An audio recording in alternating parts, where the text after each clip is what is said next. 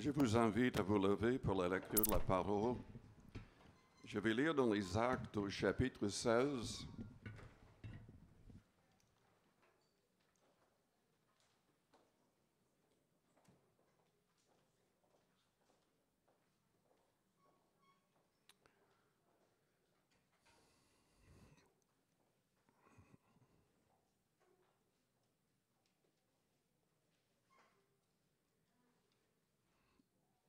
Dans ce chapitre, Paul et Silas sont en voyage missionnaire. Ils entrent dans la ville de Philippe et ils cherchent comment témoigner. Ils sont au courant d'un groupe de femmes qui se réunissent pour prier régulièrement. Et donc, ils se rendent auprès de ces femmes et Lydie se convertit grâce au message de Paul. Mais la deuxième fois, il retourne au même endroit et il y avait une servante, une esclave, qui avait un esprit mauvais. La Bible dit un esprit de python. Et cette personne devinait, et ses maîtres gagnaient beaucoup d'argent à cause d'elle. Cette personne disait, criait, ces hommes sont les serviteurs de Dieu très haut. Ils vous annoncent la voie du salut.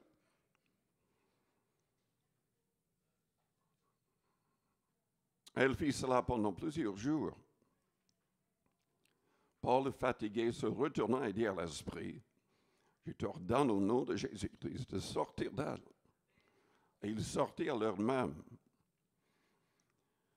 Comprenons, comme j'ai déjà dit, un message peut être biblique à 100%, mais le messager peut être rempli d'esprit mauvais.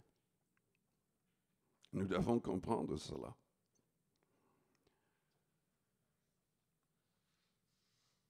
Les maîtres étaient en colère parce que cette personne n'avait plus ce don de divination. Et ils ont porté plainte. Paul et Silas ont été jetés en prison.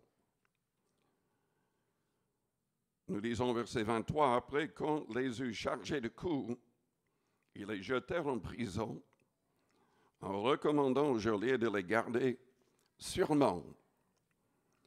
Le geôlier, ayant reçu cet ordre, les jeta dans la prison intérieure et leur mit les ceps aux pieds.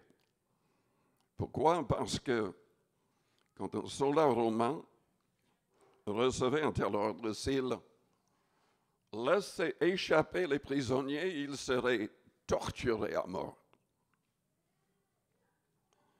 La Bible dit, vers le milieu de la nuit, Paul et Silas priaient et chantaient les louanges de Dieu. Et les prisonniers les entendaient. Combien c'est important de rester rempli de l'Esprit?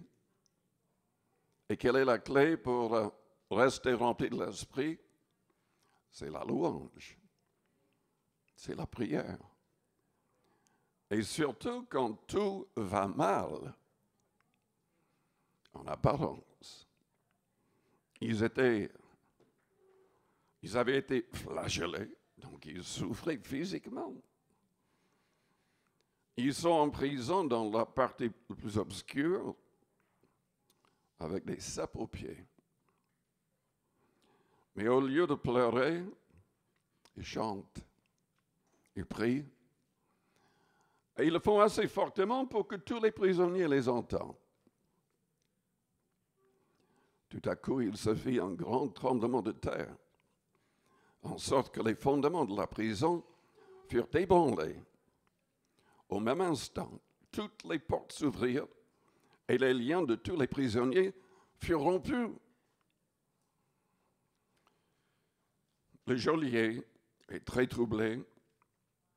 Il voit que les portes sont ouvertes, il croit que les prisonniers ont échappé. Et il tire son épée pour se suicider. Les soldats préféraient se suicider que d'être torturés à mort. Paul crie et empêche le geôlier de se tuer en disant « Mais nous sommes tous ici ». Paul n'a pas essayé d'échapper. Il parle, il présente le message de l'Évangile au geôlier, à toute sa famille, et tous sont baptisés. C'est le début de l'Église à Philippe. J'ai lu cela parce que je vais parler du premier chapitre aux Philippiens. Mais prions le Seigneur avant d'aller plus loin. Père Céleste, nous te louons, nous te bénissons pour ta parole. Seigneur, nous voulons marcher selon ta parole. Nous voulons être remplis de l'Esprit et guidés par l'Esprit comme les apôtres ont été guidés.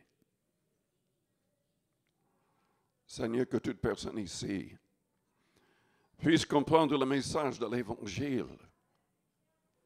Il n'y a point de salut en dehors de Jésus-Christ, en dehors d'une relation réelle avec Jésus-Christ. Seigneur, que toute personne ici entre dans une relation profonde avec le Seigneur. Que tous dans cette salle et les membres de leur famille soient sauvés au beau nom de Jésus-Christ de Nazareth. Amen. Vous pouvez vous asseoir.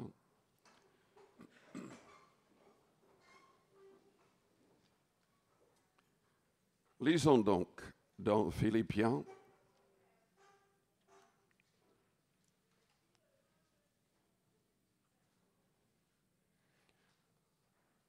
Paul est de nouveau en prison quand il envoie cette lettre.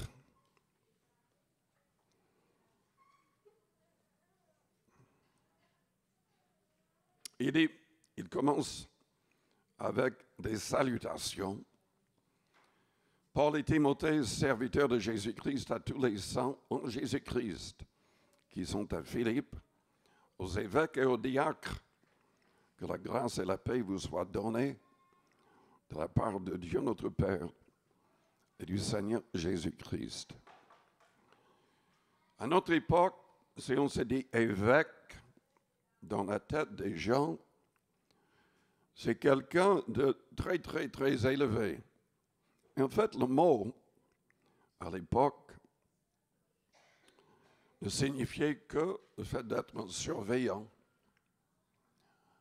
Un mot utilisé souvent synonyme d'ancien, etc. Pierre, dans son épître, au lieu de se dire apôtre, a dit qu'il était simplement un ancien parmi les anciens. Il a mis l'accent sur l'importance d'être humble. Humble en tant que responsable. Humble, si on est nouvellement dans la foi, il a dit que tous devaient se revêtir de l'humilité. Et vous comprenez que les diacres s'occupaient uniquement des veuves et des orphelins. Je rends grâce à mon Dieu de tout le souvenir que je garde de vous, ne cessant dans toutes mes prières pour vous tous de manifester ma joie au sujet de la part que vous prenez à l'Évangile, depuis le premier jour jusqu'à maintenant. Il parlait de quoi? Il parlait du soutien qu'il recevait de ces chrétiens. Il y a de nombreuses fausses doctrines qui circulent sur YouTube, sur Facebook. Ces choses viennent souvent de faux enseignants qui arrivent à égarer énormément de gens. Ils insultent les pasteurs, ils insultent les églises et ils veulent que les gens quittent les églises. Et ils tordent la parole de Dieu. Souvent ils disent, mais Vous avez reçu gratuitement, donné gratuitement. C'est biblique. Mais le verset est pris hors contexte. Si on lit un peu plus loin, Jésus disait à ses disciples qu'ils ne devaient pas mettre l'accent sur l'argent, mais qu'ils devaient quand même chercher quelqu'un dans la ville qui était digne, qui pourrait les recevoir. Et ils devaient dépendre de cet homme, de ses finances, pour prêcher pendant le temps dans cet endroit. Et nous lisons dans Corinthiens chapitre 9 au verset 13 et 14 que Jésus, non c'est Paul qui le dit, mais il cite Jésus, que ceux qui prêchent l'Évangile doivent vivre de l'Évangile comme les sacrificateurs de l'Ancien Testament vivaient des offrandes, des dîmes, des offrandes données au temple. Il y a des gens qui prêchent contre la dîme, mais selon Hébreux chapitre 7 au verset 8, celui dont il est attesté qu'il est vivant au ciel reçoit la dîme.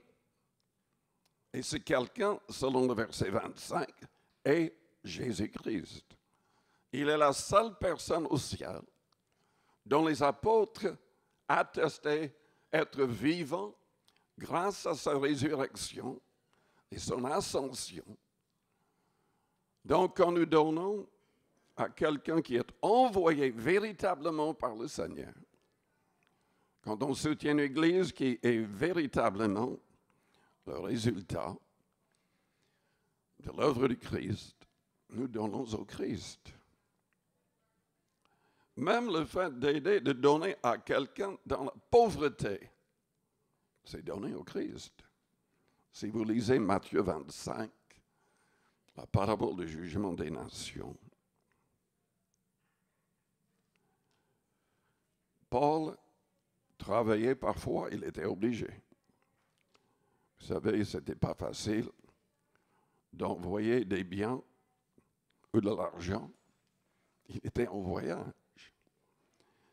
Et il faisait des tentes. Quand il n'avait pas de soutien, il devait même aider les collègues qui voyageaient avec lui. Donc, il n'avait pas peur de travailler, mais quand il n'avait pas besoin de travailler, il ne travaillait pas en dehors de son travail pour le Seigneur. Il recevait un soutien de cette église à Philippe et d'autres églises. Il en parle dans ses lettres plusieurs fois. Et il souligne dans Corinthiens 9, 13 et 14 que le Seigneur voulait que les personnes qu'il a envoyées soient soutenues ainsi. Vous savez que les sacrificateurs de l'Ancien Testament n'avaient pas le droit de travailler en dehors du travail au temple. Donc, si on a la possibilité de ne pas travailler en dehors, il faut obéir au Seigneur et faire tout uniquement pour l'Église. Il y a des gens qui vont jusqu'à dire stupidement, mais nous sommes tous des sacrificateurs. Donc, c'est un non-sens de parler du fait de soutenir des sacrificateurs. Mais Jésus n'a jamais dit de soutenir des sacrificateurs. Il a dit de soutenir ceux qui annonçaient l'Évangile comme les sacrificateurs ont été soutenus. C'est un détail. Au chapitre 4, il y a un autre verset qui est souvent cité hors contexte. Le verset 19. Mon Dieu pourvoira à tous vos besoins selon sa richesse, avec gloire en Jésus-Christ. Et tout le monde dit Amen quand on le cite. Mais il y a un contexte. Quel est le contexte? De nouveau, à partir du verset 10, il remercie cette Église pour le soutien qu'il recevait. Il dit quand même que j'ai appris à être content dans la disette ou dans l'abondance.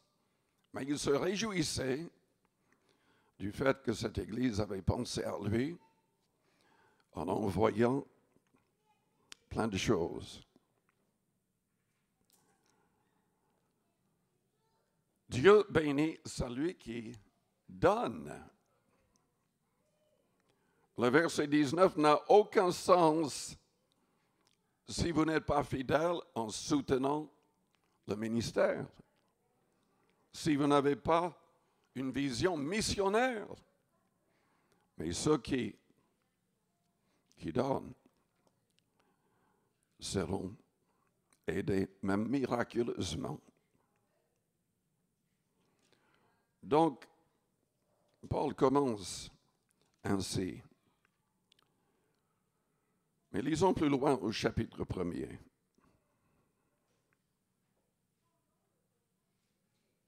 Au verset 7, « Il est juste que je pense ainsi de vous tous, parce que je vous porte dans mon cœur, soit dans mes liens, soit dans la défense et la confirmation de l'Évangile, vous qui tous participez à la même grâce que moi, car Dieu m'est témoin que je vous chéris tous avec la tendresse de Jésus-Christ.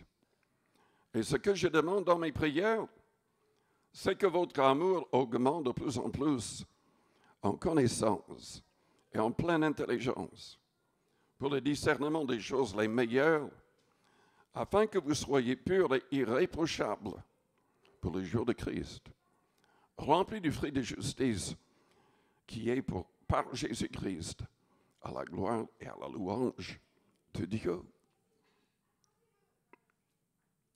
Il souligne plusieurs choses. Ici, il répète ce qu'il avait dit aux Éphésiens, au chapitre 3. Il priait dans toutes les églises pour toutes les personnes nouvellement converties, que l'amour augmente dans les églises. Qu'est-ce que Jésus-Christ avait dit? Il est venu avec un nouveau commandement.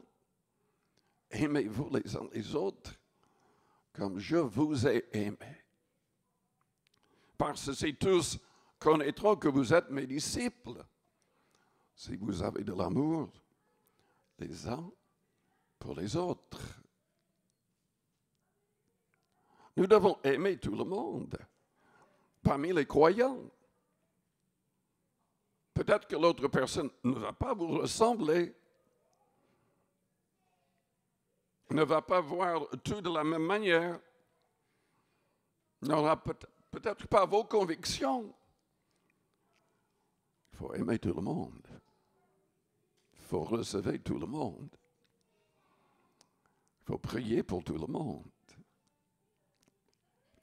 Si quelqu'un dans une assemblée, dans une église, est dans le péché, lié par le mal,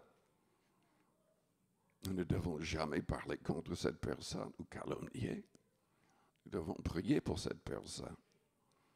Il est vrai que si quelqu'un est dans des péchés graves et ne veut même pas reconnaître que c'est un péché, là, c'est un problème pour les responsables.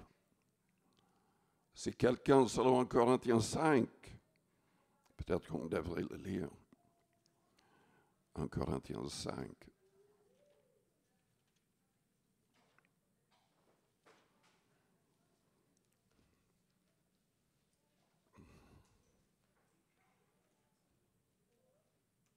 Au verset 9, « Je vous ai écrit dans ma lettre de ne pas avoir de relation avec les impudiques, c'est-à-dire les gens immoraux,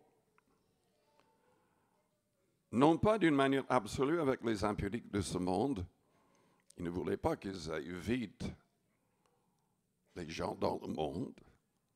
Il faut toujours leur parler du Seigneur. Il ne voulait pas qu'on évite les cupides ou les ravisseurs dans le monde. Ou même les idolâtres, ils ne voulaient pas qu'on évite les gens dans le monde. Évidemment, les gens non convertis sont dans toutes sortes de péchés. On ne doit pas les éviter, on doit leur parler avec amour du Seigneur. Maintenant, ce que je vous ai écrit, c'est de ne pas avoir des relations avec quelqu'un qui se nomme mon frère, est impudique, ou cupide, ou idolâtre, ou outrageux, ou ivrogne, ou ravisseur, de ne pas même manger avec un tel homme.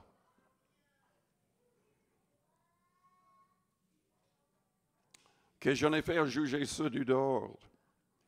N'est-ce pas ceux du dedans que vous avez à juger? Beaucoup de gens sortent à tort, un verset dans Matthieu 7, sans lire le reste, où Jésus a dit ne jugez point et vous ne serez point jugés. Nous ne devons pas juger les gens du monde qui ne sont pas convertis. Mais le reste de ce qu'il a dit simplement qu'on devait être en règle nous-mêmes avant d'essayer d'aider quelqu'un qui est dans le péché. C'est ça que le Christ a dit dans Matthieu 7.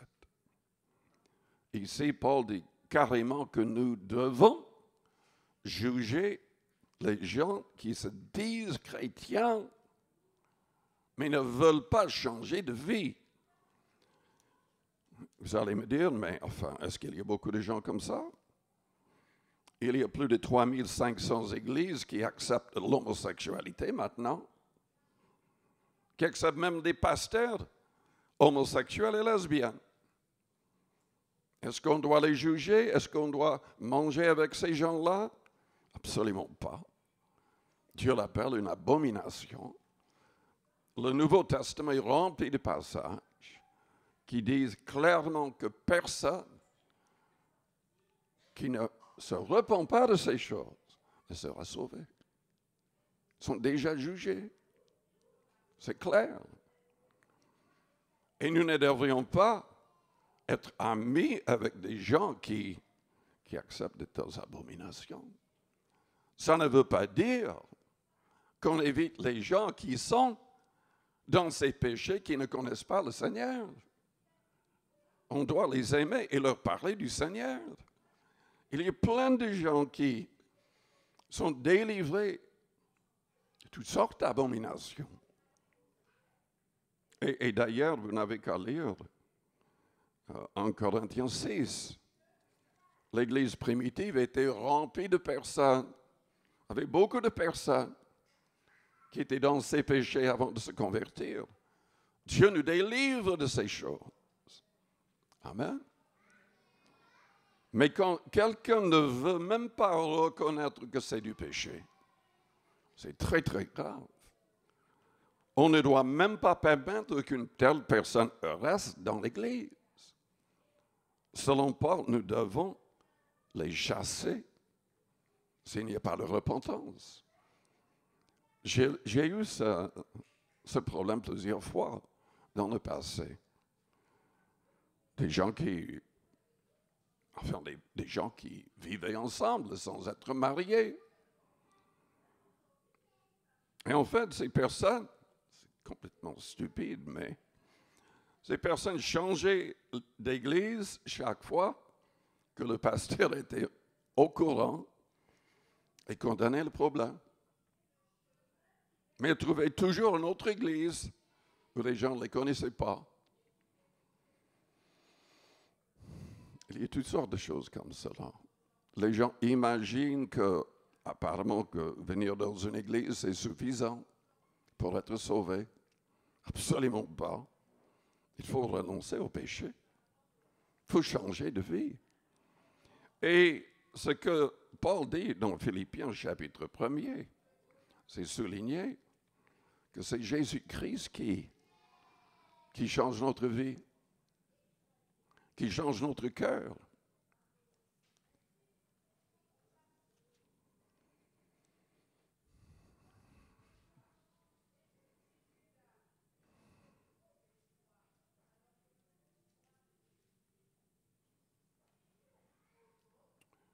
remplis du fruit de justice qui est par Jésus-Christ. C'est le verset 11 de Philippiens chapitre 1er. Paul continue en leur parlant, en disant, « Je veux que vous sachiez, frères, que ce qui m'est arrivé a plutôt contribué au progrès de l'Évangile. » Il parlait de quoi? Du fait qu'il était en prison de nouveau. En effet, dans tout le prétoire et partout ailleurs, nul n'ignore que c'est pour Christ que je suis dans les liens. Et la plupart des frères dans le Seigneur, encouragés par mes liens, ont plus d'assurance pour annoncer sans crainte la parole. Combien de personnes voudraient gagner autant d'âmes que Paul? Non, pas tout le monde, hein? Pas tout le monde. Pourquoi vous n'avez pas élevé votre main? Ah, vous voulez gagner plus que Paul. D'accord. Ça, c'est une bonne réponse. Mais souvent, nous ne voulons pas passer par les épreuves de Paul. N'est-ce pas? Est-ce que vous voulez aller en prison? Combien aimeraient aller en prison? Ah, il y a une personne.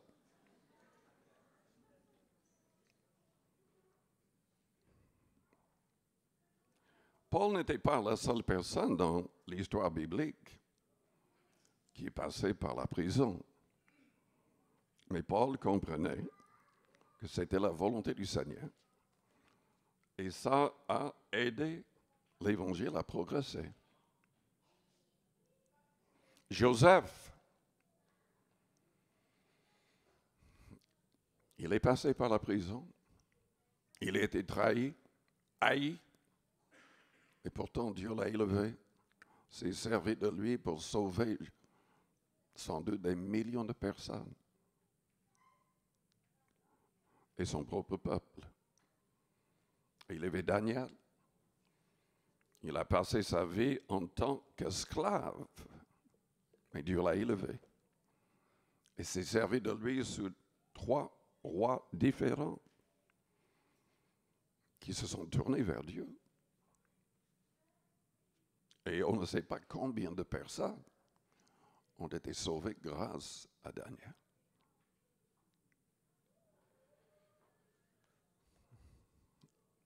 Paul, au verset 15, parle d'autres personnes qui prêchaient Christ de la mauvaise manière, par envie, par esprit de dispute. Selon Jacques, chapitre 3, témoigner ou parler du Christ et entrer à avoir une attitude de dispute, c'est diabolique. C'est diabolique. Il y a des gens qui aiment se disputer, surtout sur Facebook et ailleurs. Dieu veut parler au travers de nous, avec amour, avec sagesse, pour que les autres se convertissent. Et même en parlant de ces faux prédicateurs, Paul dit, mais peu importe, au moins Christ est annoncé. Christ est annoncé.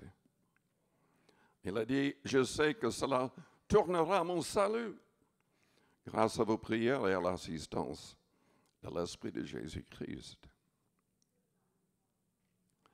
J'aime beaucoup ce qu'il dit par la suite. Selon ma ferme attente et mon espérance que je n'aurai honte de rien, mais que maintenant, comme toujours, Christ sera glorifié dans mon corps avec une pleine assurance, soit par ma vie, soit par ma mort. Selon certains écrits historiques, Paul et Pierre ont été crucifiés la même année, l'an 66. Je ne sais pas si Paul a été crucifié à l'envers ou pas. Pierre a été crucifié à l'envers parce qu'il a dit qu'il n'était pas digne d'être crucifié comme son Seigneur. Christ est ma vie et la mort est un gain. Est-ce que vous avez cette sorte d'assurance? J'espère que vous l'avez, parce que si vous êtes chrétien ou non chrétien avec tout ce qui se passe dans le monde, vous pourrez être mort avant ce soir. On ne sait jamais ce qui va se passer.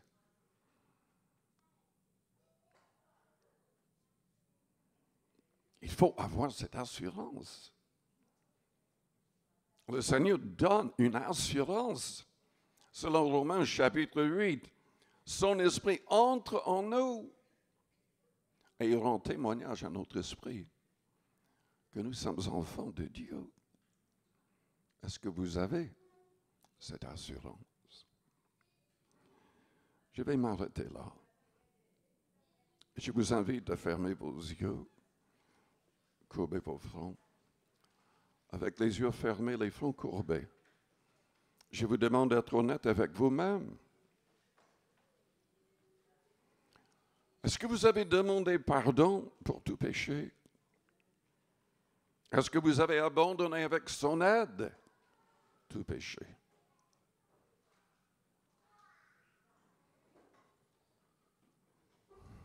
Est-ce que son esprit est entré en vous, rendant témoignage à votre esprit que vous êtes vraiment enfant de Dieu? Si vous vous rendez compte que votre vie n'est pas en règle, mais vous voulez qu'elle soit en règle, et vous êtes prêt à faire le nécessaire, à vous faire baptiser par immersion totale, à renoncer vraiment à tout péché, je voudrais prier pour vous, que le Seigneur vous aide. Pendant que les yeux restent fermés, les fronts courbés, faites-moi signe. On est là votre main juste pour l'instant. Oui, merci, merci. Plusieurs personnes, merci. Est-ce qu'il y en a d'autres? Vous voulez que je prie pour vous? Oui, merci. Merci. Un peu plus loin, dans Philippiens 1, il demandait aux croyants à Philippe de marcher d'une manière digne du Seigneur. Est-ce que vous êtes en train de marcher d'une manière digne du Seigneur? Peut-être que vous voulez le faire, mais vous êtes lié toujours par quelque chose. Et ça détruit votre enthousiasme, ça détruit votre témoignage. Si vous avez besoin de prière dans ce sens, d'être délivré d'un problème particulier, faites-moi signe. Oui, plusieurs personnes. Père Céleste, tu connais nos faiblesses et tu veux nous rendre forts. Tu veux tout pardonner et tu veux nous aider à marcher toujours dans la victoire. Purifie-nous, sanctifie-nous. Aide-nous à résister à la tentation en tout temps. Aide-nous à être plus que vainqueurs. Au nom de Jésus-Christ.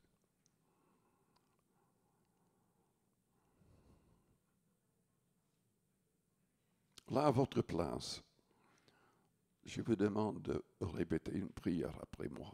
Que toute l'Église répète cette prière. Si vous priez avec foi, vraiment avec votre cœur, le Seigneur agira. Père, je confesse ma foi en toi. Je confesse ma foi en ton Fils Jésus. Il est mort pour mes péchés. Tu l'as ressuscité pour ma justification. Il est monté en gloire, nous a envoyé l'Esprit Saint pour que nous arrivions à vivre selon tes commandements. Seigneur, pardonne-moi tout péché. Change-moi, que je puisse vraiment résister au mal. Que je sois rempli de ton esprit et guidé par ton esprit. Seigneur Jésus, je te remercie pour ton sang précieux. Aide-moi à marcher dans la lumière, afin que ton sang me purifie de tout péché. Fais de moi un modèle, une personne de prière, qui médite jour et nuit ta parole, qui témoigne et gagne des âmes, qui aide les personnes dans l'Église.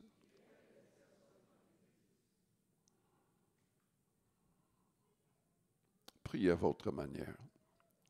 Priez à votre manière.